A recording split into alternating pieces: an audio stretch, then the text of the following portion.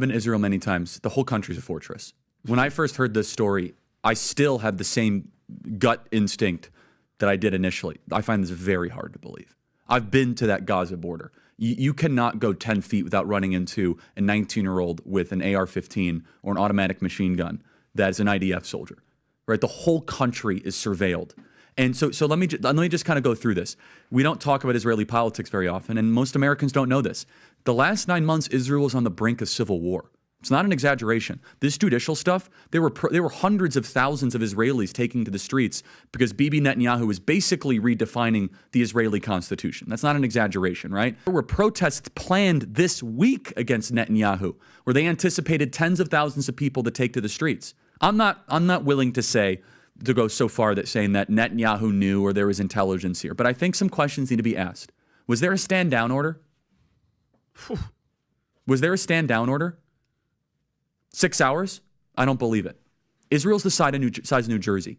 When I took a helicopter ride from Jerusalem to the Gaza border, it's 45 minutes. Wow. 6 hours. They're live streaming the killing of Jews. Did somebody in the government say stand down? That is a legitimate, non-conspiracy question. The whole country is the IDF.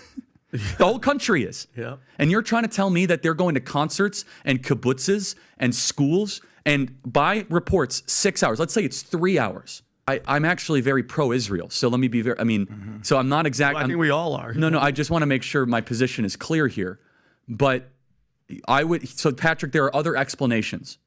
It's possible that the Netanyahu government was double-crossed by bad agents. Another aspect is that Netanyahu might have traitors in his government. Is that maybe there are some people within those intel agencies that aren't as sympathetic. Or maybe, Patrick, they might have gotten a tip, they might have gotten whispers, but no one thought it would be 1,200 Jews dead. That's a potential, right? But the fact is now Bibi and the Israeli hard-right government has a mandate. I got to be careful the way I say this. They're going to try to ethnically cleanse Gaza.